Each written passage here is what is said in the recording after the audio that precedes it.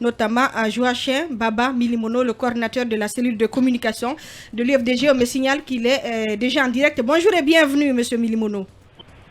Bonjour Arissatou, bonjour à tes co-animateurs. Bienvenue, Pendis, allez-y. On vous a suivi, vous faites partie des acteurs qui avaient appelé à accompagner la marche du FNDC. Aujourd'hui, avec l'évolution de tout ce qu'on a vu, comment est-ce que l'UFDG perçoit tout ça? Bon, écoutez, d'abord, nous nous inclinons devant la mémoire des victimes, les citoyens qui ont été fauchés, n'est-ce pas, par les balles assassines de la répression policière qui s'est abattue sur les citoyens pro-démocratie. Mais je dis qu'on ne serait pas arrivé là si l'État avait mis les moyens dans l'encadrement plutôt que de les mettre dans la répression. Nous avons toujours dénoncé le fait qu'il n'était pas de droit pour le CNRD d'interdire les manifestations. Parce que je dois rappeler deux faits. Le premier, quand Mamadi Doumbouya a pris le pouvoir, rappelons-nous tous ensemble de ses premiers discours, où il a demandé de faire l'amour à la Guinée, où il a pris l'engagement de respecter tous les engagements auxquels la Guinée a souscrit à l'international. Et en parlant de ces engagements, rappelons la Déclaration universelle des droits de l'homme, rappelons le pacte international relatif aux droits civils et politiques, notamment en son article 21. Rappelons la Charte africaine des droits de l'homme et des peuples, notamment en son article 11. Et que dire de la charte que le CNRD a élaborée tout seul et qui a été proposée au peuple de Guinée. Une charte qui n'a fait l'objet d'aucune contestation. Cette charte consacre, n'est-ce pas, le droit de manifestation aux articles 34 et 8 alinéa 2. Messieurs les journalistes, on ne peut pas, n'est-ce pas, faire fi de ces instruments juridiques, de ces engagements solennels qui ont été pris et interdire des manifestations qui sont de droit. Nul besoin de rappeler que si on prend, n'est-ce pas, la résolution d'encadrer des manifestations qui sont des droits, on dépense moins, on perd moins que si on s'inscrit dans une logique d'empêchement systématique des manifestations. Voyez-vous? Mais mieux, posons-nous la question de pourquoi le FNDC a appelé à cette manifestation. Pourquoi? Les raisons sont simples. Vous êtes témoins, Arissatou, Pendassa et autres, vous êtes tous témoins Lincoln de, n'est-ce pas, la demande incessante qui a été faite de procéder à un dialogue, n'est-ce pas, à l'effet de sortir un chronogramme consensuel entre acteurs politiques, sociaux et la junte. Est-ce que c'est de la mer à boire, ça? Depuis combien de mois? Nous sommes dans la transition, 11 mois, que nous ne savons pas ni quand la transition a commencé, ni combien de temps elle va durer. Donc il n'y a pas d'autre solution que les manifestations? Je dois vous dire que les manifestations, c'est l'issue ultime dont disposent les acteurs politiques, les acteurs sociaux, bref, les citoyens dans un État pour se faire entendre. Qu'est-ce que la classe politique, les différentes coalitions politiques, ANAD, CPP, G58, et que sais-je encore, Corée, qu'est-ce que ces acteurs politiques n'ont pas fait? Qu'est-ce que la société civile n'a pas demandé au CNRD depuis octobre jusqu'à maintenant? Qu'est-ce qui a été obtenu? Vous savez, j'entends de ces analyses, ils ne veulent pas la paix. Mais qui veut la paix ouvre le dialogue. Aujourd'hui, donc, c'est aisé de comprendre qui est à la base de cette chien-lit, n'est-ce pas, que nous avons constaté. Et je veux dire, j'entends parler de poursuites judiciaires. D'accord. Mais quelqu'un l'a dit tout à l'heure, c'est court, mais avant c'est court, je crois qu'on l'a dit.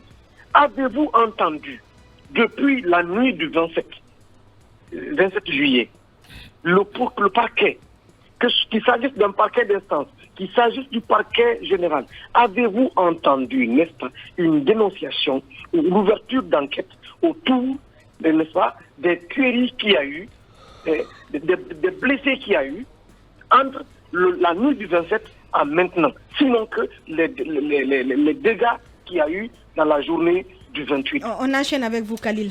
Oui, Joachim, ce que je voudrais savoir, on sait quand même que l'UFDG a une forte mobilisation. Je veux parler des militants. Le FNDC a suspendu les manifestations. D'abord, l'appel à la manifestation, vous avez fait un communiqué. Est-ce que vous allez encore faire un communiqué pour suivre la suspension des manifestations? Écoutez, je ne vois pas pourquoi cela se ferait. Il y a eu un appel à manifestation auquel nous avons souscrit et pour lequel nous avons demandé à nos partisans, n'est-ce pas, de répondre. Ils ont répondu à cette manifestation qui était de droit le 28 juillet.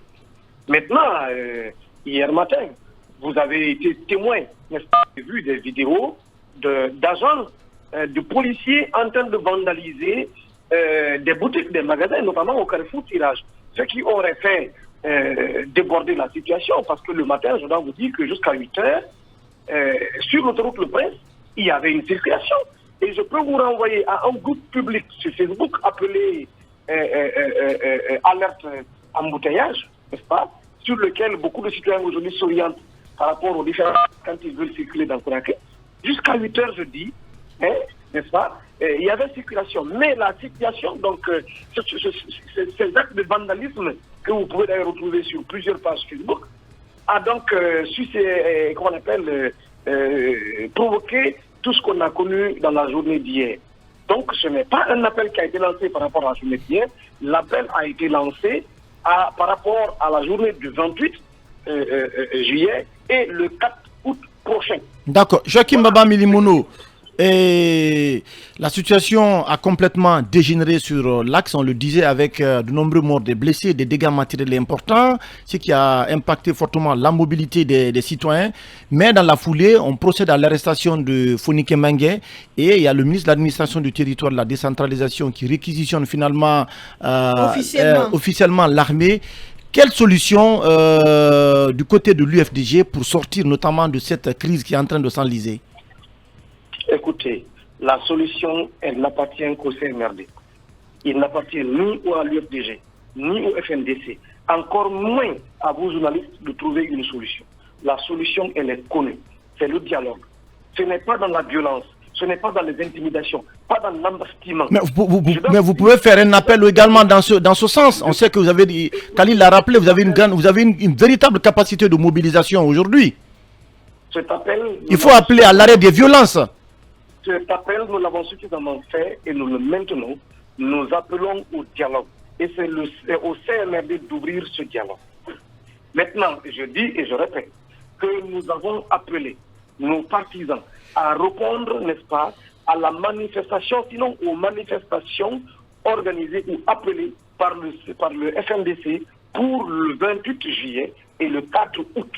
Le reste des situations voulues, provoquées, entretenues par les forces de défense et de sécurité, nous en sommes nullement responsables.